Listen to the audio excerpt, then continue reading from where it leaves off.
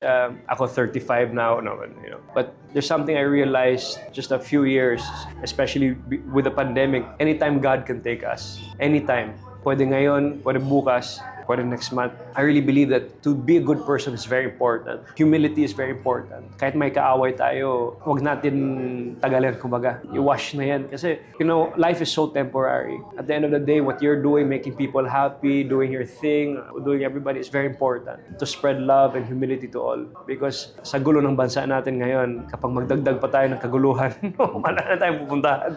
So, dapat talagang magbigay tayo ng positibong aspekto sa lahat. So, since sinabi ni Mateo yan na getting better, getting there. Oo, sana. Oo. Pero, siyempre, alam mo naman, di ba, mga tao ngayon, gusto nila yung, sinabi mo nga, yung humility, yung pagpapakumbaba. Ginagawa ba ni Mateo yung pagpapakumbaba para lang matapos, maging maayos ang lahat? Oh, I think so. Minsan, time can only answer. Time and space and being quiet na lang, kumbaga. Di ba? At the end of the day, we cannot change people, but we can change ourselves. Kumbaga. So, yun yung pinaka-important.